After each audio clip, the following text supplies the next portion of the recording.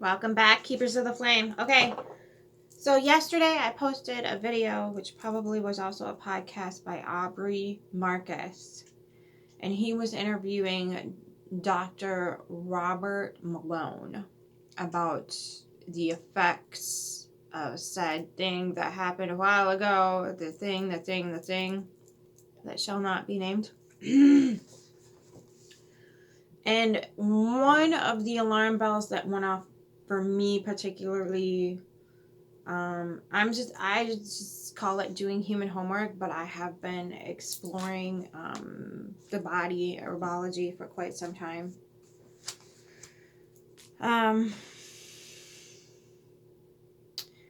So what hit me the hardest about that whole entire conversation was the aspects of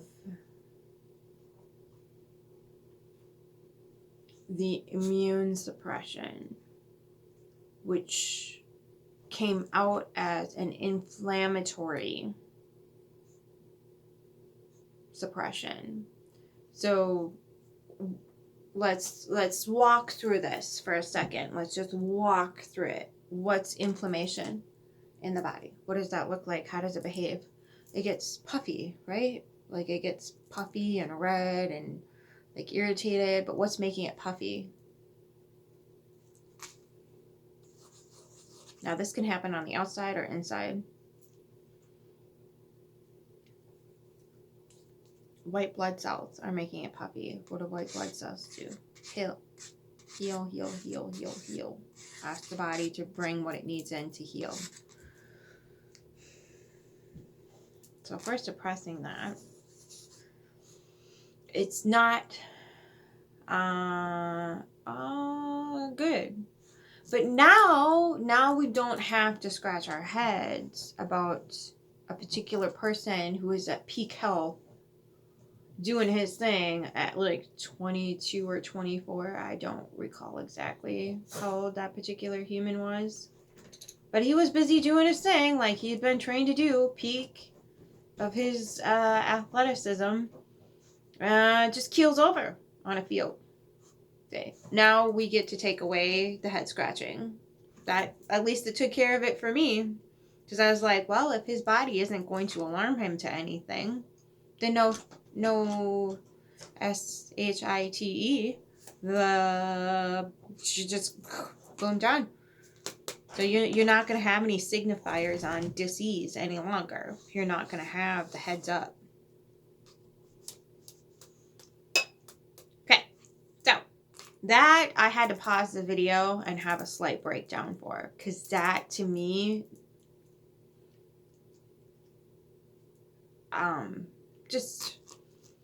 I personally don't have the shot, but I know people who do, and it's devastating. And now I have to go to those people and explain to them, look, you really need to pay attention to your body, what you put in it, how it's reacting to what you're putting in it, and start really focusing on making your body feel comfortable. Not the stuff your face until I'm bloated comfortable. The comfortable as in I feel like I can function in a very healthy and meaningful way. So am I mentally clear? Do I feel good in my digestive tract? How's my heart pumping?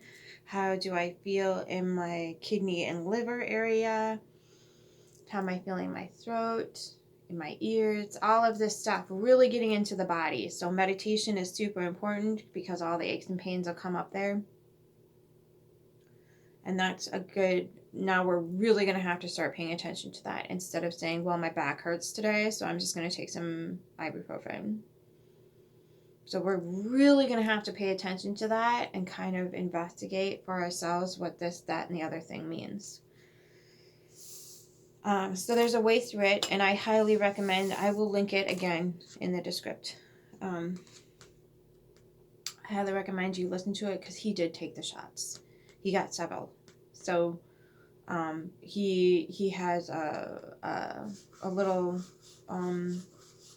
different recommendation regimen for you to kind of get on if you did comply. So when we look at the holistic part of ourselves, right? I know everybody hates that word. But this is why we got to this point. This is how we got here, by ignoring the whole thing and just focusing on the one itty bitty teeny tiny pinprick of pain. We didn't focus on the holistic. We were busy making a buck so we could cure the little pin problem and just suffice it, satiate it, so the thing would shut up and go away, even though that thing was connected to a lot of other things that we aren't even allowed to pay attention to, right? Right. So, which I guess I could just go into Pluto and Aquarius. So that is going to be one of the major things that's going to come. There's going to be, everything is going to be upturned.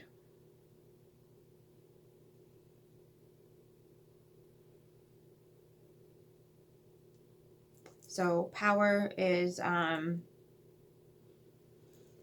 going to shift, and you're going to need receipts. You're going to need, like, does this actually help, or are you just effing around to get paid? Does this actually cure, or are you just putting that on the market with all these different side effects only to have it recalled? Okay, so that's Pluto and Aquarius when it comes to medicinal, which, yeah, it's a hot button for me. So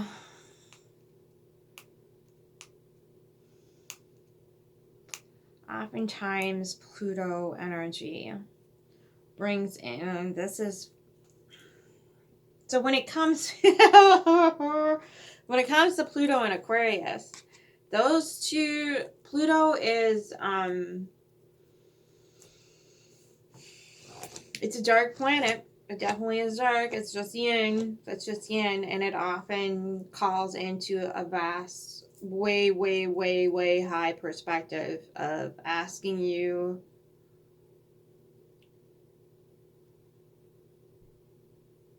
in sometimes a not so compassionate way to fucking get the cosmic joke already. To get the freaking cosmic joke. That your reality is going to be put into question, and there's a lot of petty that happens right now, and when March 23 gets along, ooh, child. So that pettiness is not going to be rewarded. I can tell you that much. Because when we're being petty, we're feeling like our boundaries have been crossed, but we don't have the gonads to stick up for ourselves. We don't have the spinal conductive resources exchanging themselves in appropriate ways to get the freaking brain on board with, hey, there's a smart way to deal with this, and then there's a dumb way to deal with this. Okay, so if you are feeling so powerless as to the point as to be petty, rather than just speak the truth of the situation of, like, hey, what you did is causing this ripple effect, and it's not a good one. It's not polite. It's not kind. It's not courteous. It's not helpful. And pushing the ball physically, mentally, emotionally back in their court and saying, hey, did you want to play nice in the sandbox, or do you want to get out of the freaking sandbox and be an adult? Okay, so this is huge. It's going to be huge.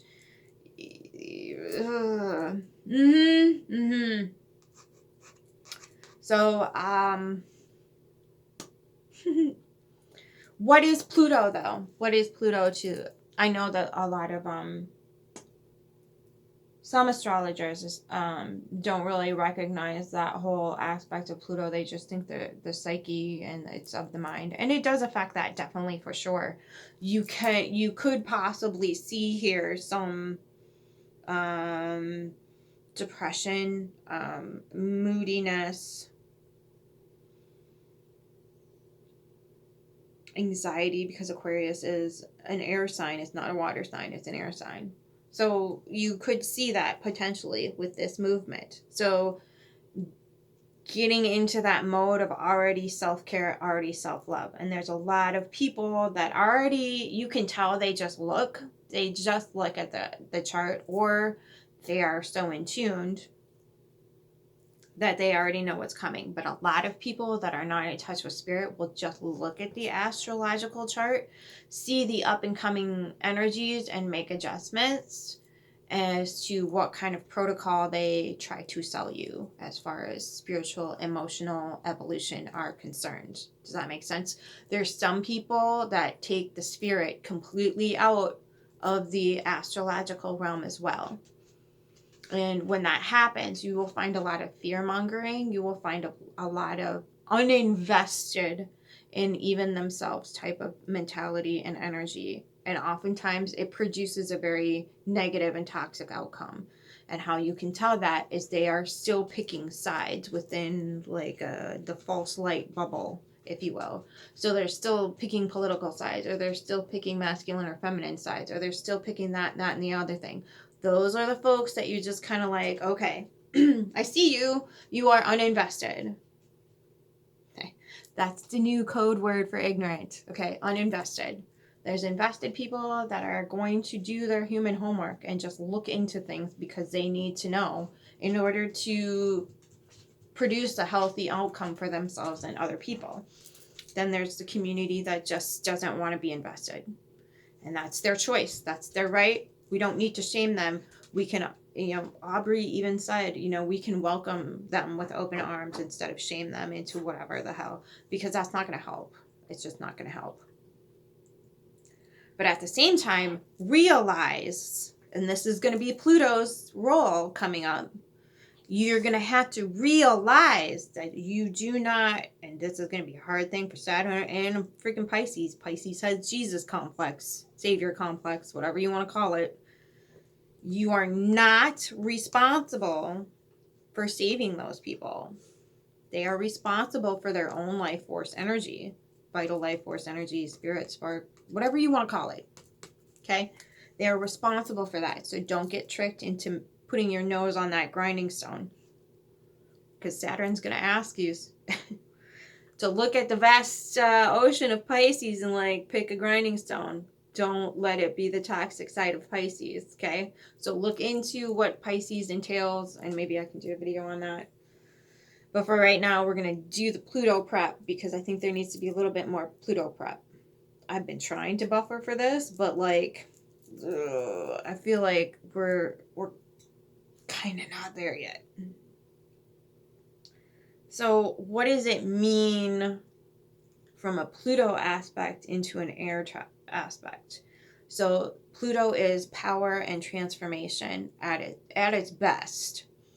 Now, when Pluto is being talked about, we often mistranslate that into some sort of dark yin thing, which it very much can be. But Pluto is also begging us to question our reality and question our perspective.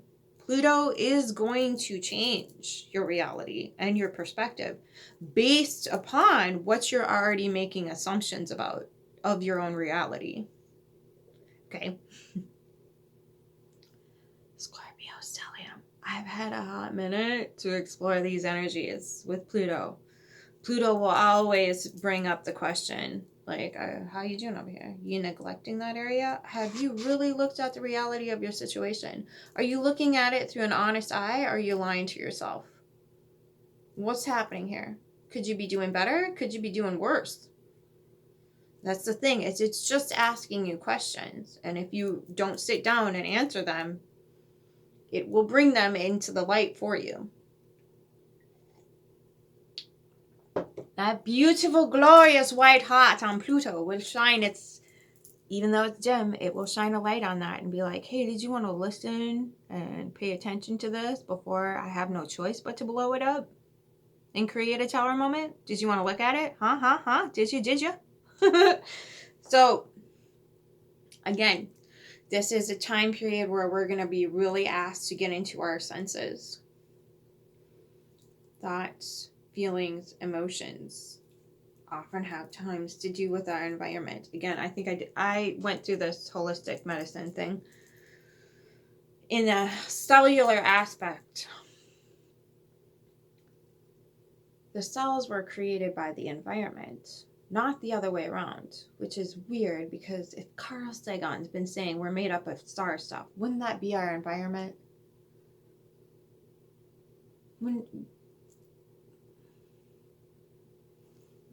I don't know. So being a plant person, when your plant gets a disease of any sort, you don't start looking at the plant going, hey, did you not ask her? No. It's a plant. It's a plant. You look at it and you say, okay, there's something wrong with your environment. How did you want to function?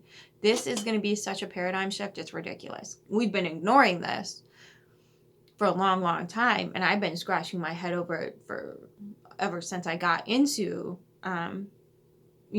more nature and more growing things and whatever else, because you don't expect the plant to like change itself. You tell the plant, hang on, good buddy, I'm coming with some decent soil here. I'm coming with some fertilizer. Did you need some more water? Whatever it is.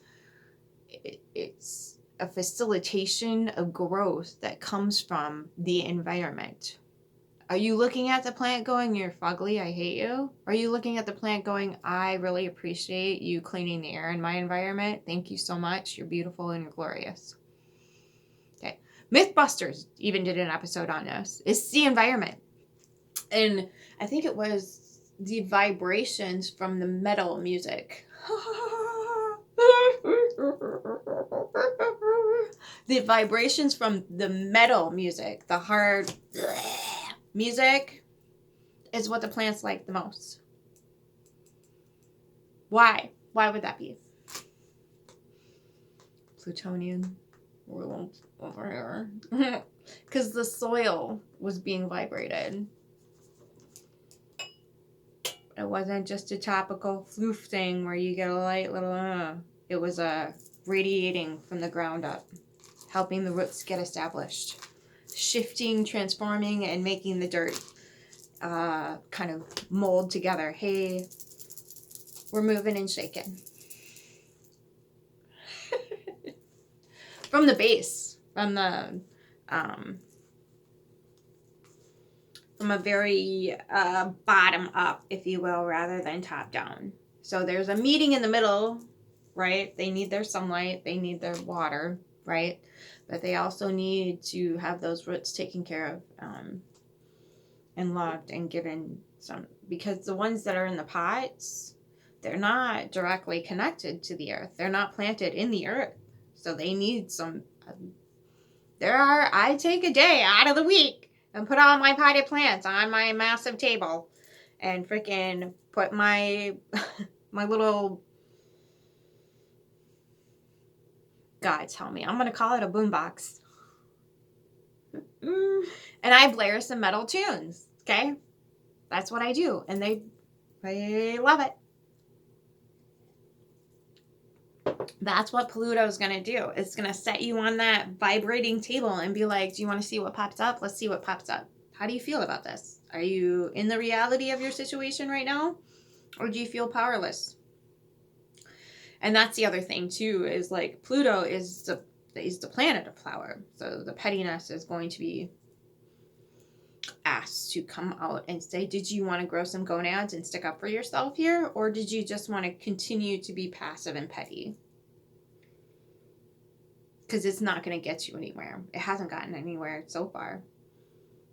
It hasn't. It won't, because you're not speaking your truth. You're not speaking directly to the issue. You're just like adding fuel to the fire in a very sideways manner. So this is how we've gotten to this point, again, of people kind of feeling like, well, nobody's going to call me on my BS. And Aquarius ain't going to have any of that.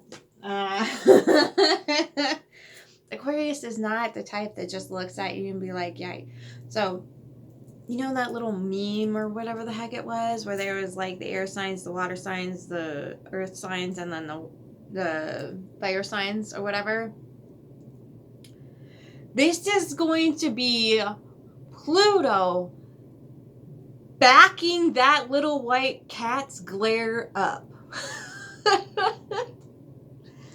So imagine that cat sitting on a planet like Pluto, of complete and utter total raw power, the death and rebirth process. Okay? So if we were to turn that into another meme, there would be rainbow lasers coming out of that cat's eyeballs. Rainbow lasers. Not just red, not just, green or blue or whatever. Rainbow lasers coming out of the cat's eyes. Oh my Lord. And asking you to look at all of the spectrum. Because it's that high last planet. It's a freaking planet. Not a freaking planet. It's the last planet in our solar system. Maybe my nose twitch will wake NASA up. Anyway, so that's what we're being called to look into, assess, understand on a very real level. So even though Pluto is so far away, the residual effects of that are still very much felt because of the fact that it is on the precipice of death and rebirth, right? It's that meeting point between us and the ethos, our little cosmic donut here with the sun at the middle versus the rest that we're spinning in, okay? What else? Okay. I think that might be it as far as that goes.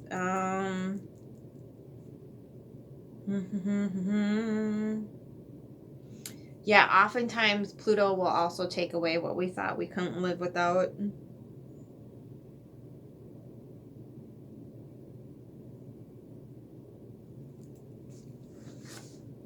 What else?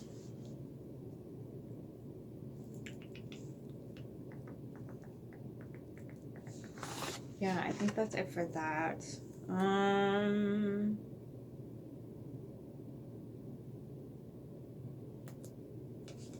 And Saturn actually in Pisces is prepping us for this, which is nice that we had the Saturn in Pisces transit first, and then we're going to get the Pluto in Aquarius.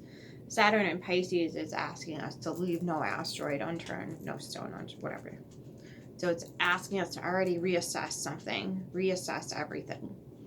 So this is our lead into something's going to majorly transform and transfer in our lives, and we just need to be prepared for it. We need to be looking at it already and taking a few little minute steps to prepare ourselves for some sort of change, some sort of transformation.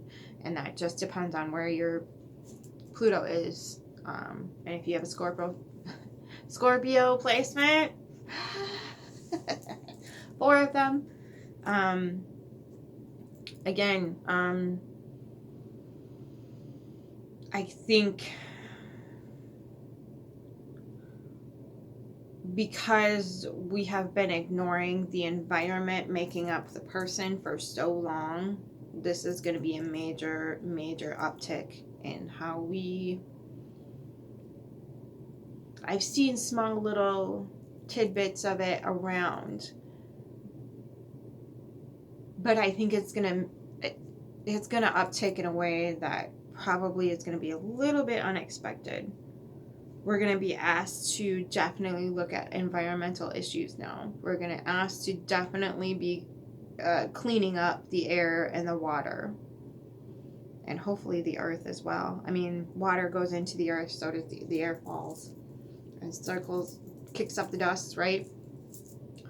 The Sahara Desert feeds the Amazon rainforest. If you didn't know that, the dust gets up-kicked and put in the air and transferred over the entire ocean and put into the Amazon rainforest. And I can't even imagine, like, you know, it probably does a bunch of other stuff too that we don't even know about yet. Will probably come to light. So understanding we need to clean that up, okay? Because even though Aquarius is the air sign, it has to do with waterways. And it's... so water is the cleansing, right? It's the washing away of. And Aquarius has its little jug upturned. So it is cleaning something, right? It's cleansing something with water. Now, what does that mean when it comes to the air and the water meeting? So we're going to be probably exposed to more things like Jim Lee and his Climate Viewer channel of assessing what we're putting into the air on a very, very real level, and how powerful that is and how that needs to be changed and transferred and transformed, okay? And that's a whole nother freaking video. Go check out his channel, though. I'm going to write it down. Jim Lee, Climate Viewer. Very real. Scorpio.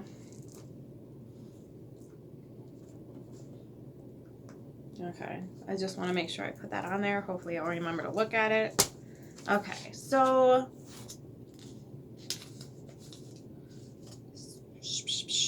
okay.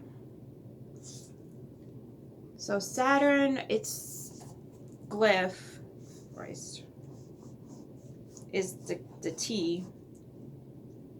Okay. And it's the moon. Okay. So the T is matter. Okay. And the C, the half crescent represents the soul. Okay. So Saturn is trapping the soul in the matter realm. Okay. That's why we have to look at constantly what the reality of the situation is. The reality. So, okay, breaking this down real quick. How does this look like? We are no longer going to be concerned about people's burning buttholes. This is why I don't do astrology. This is very Pluto in Aquarius. Okay.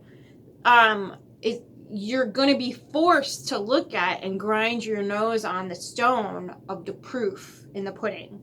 You're going to be forced to do that. So you might as well start doing it now and gently submit yourself to an awakening process on a very real and very minute cellular level, because the reality of the situation is so very much present and there that it's going to harness all that Piscean energy and bring it into the material world and be like, look what you did not look at. Ew. And then Pluto in Aquarius is going to be like, did you want to cleanse that yet? Because I can fix that for you if you don't want to do it. AKA huge tower moments. So this is a harnessing of the ether into the physical matter.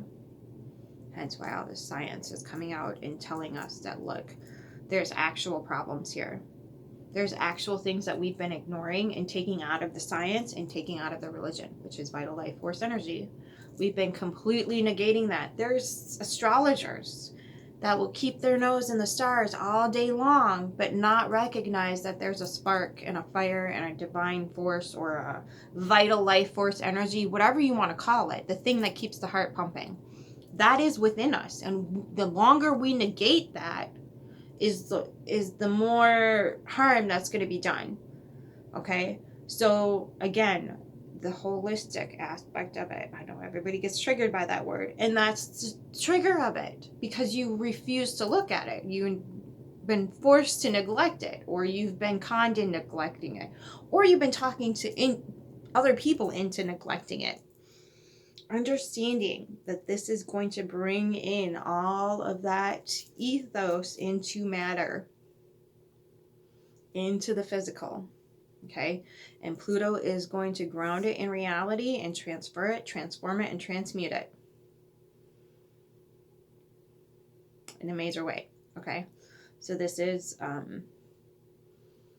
you can look at this like it's going to be scary, but in the highest good of all, this is definitely what the planet needs right now. We got 40 harvests left.